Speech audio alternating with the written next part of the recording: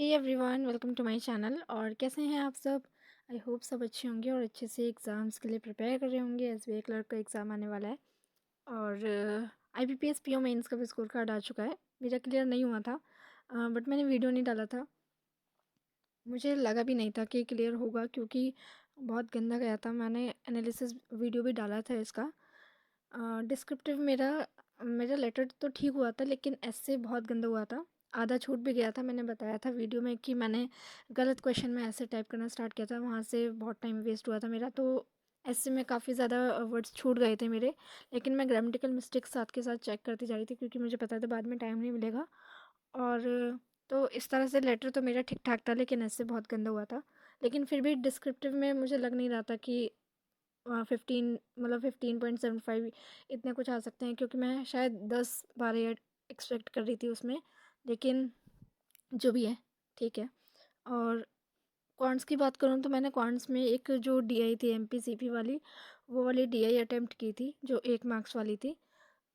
एक मार्क्स के क्वेश्चन थे जिसमें। और बट मैंने 8 मार्क्स का अटेम्प्ट किया था क्वांट्स में। लेकिन इतना गंदा मुझे एक्सपेक्ट नहीं था कि क्वांट्स से इतना, पता नहीं क्या हुआ ये 3 मार्क्स कैसे आ गए हैं। क्योंकि क्वांट्स में ऐसा तो होता नहीं है ना कि एक्यूरेसी ख़राब होगी और जो एक्यूरेट आंसर है वही आता है। लेकिन पता नहीं कैसे 3 मार्क्स ही आए हैं यहाँ पे।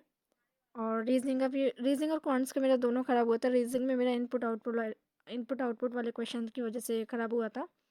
तो रीजनिंग में मेरा 12 मार्क्स का अटैम्प्ट कर पाई थी मैं, जिसमें से 7 आए हैं।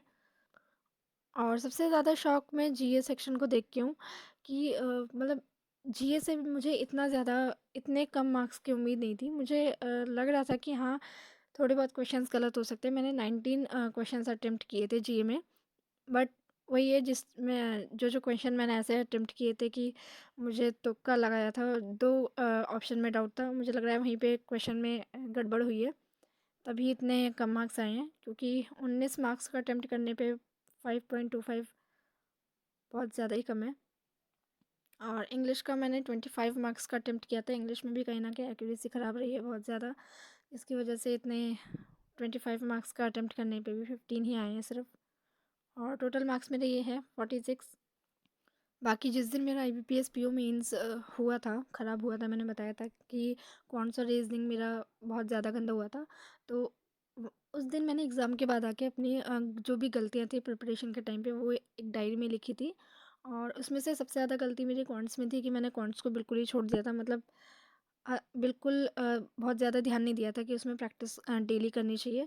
लेकिन मैंने रीजनिंग पे तो ध्यान दिया था। और रीजनिंग में वही हुआ कि एक गलत क्वेश्चन में अटक के मैं पैनिक कर गई थी। और जीए मैंने ठीक ठाक पढ़ा था, लेकिन इतना जीए में मुझे एक्सपेक्टेड नहीं था कि इतने कम मार्क्स कैसे आ गए। और इसलिए मैंने उस दिन मतलब जो भी था वो सब लिखा था, अपनी गलतियाँ लिखी थी। और उन गलतियों से क्या सीखा है वो भी सब लिखा था, कि आगे कौन सी मिस्टेक्स हैं जो रिपीट नहीं करनी है।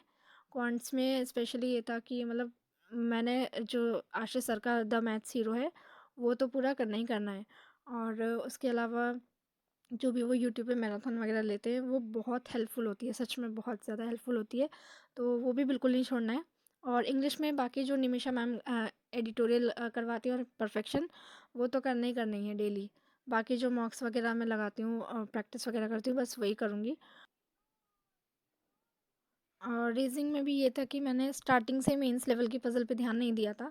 बस मिसलेनियस थोड़े बहुत कर लेती थी, लेकिन मेंस की पज़ल मैंने सिर्फ मेंस आने के टाइम पे ज़्यादा प्रैक्टिस की थी। तो वो चीज़ थी कि एक स्टार्टिंग से ही मेंस लेवल की प्रैक्टिस करनी चाहिए पज़ल्स के, ताकि जब एग्ज़ाम पास में आए तो इतनी ज़्यादा दिक्कत ना हो। और बाकी जनरल अवेयरनेस में तो मैं क्या ही बोलूँ, डेली रिवीजन बहुत ज़्यादा ज़रूरी है। और साथ साथ जो क्विज़ेस वगैरह होते हैं, मॉक टेस्ट, सेक्शनल टेस्ट वगैरह जो होते हैं करंट अफेयर्स वाले, वीकली होते हैं, वो ज़रूर लगाने चाहिए। क्योंकि बार बार चीज़ें जब आप पढ़ते हो, बोलते हो, तो वो चीज़ें ज़्यादा याद रहती हैं। बाकी ऐसी कैटेगरी की कट ऑफ 54.25 गई है, लेकिन मेरे मार्क्स 46 बहुत ही ज़्यादा कम है। ये बिल्कुल भी एक्सपेक्टेड नहीं था। मतलब खैर, जो भी है, अब आगे एसबीआई क्लर्क है और एसबीआई पीओ है।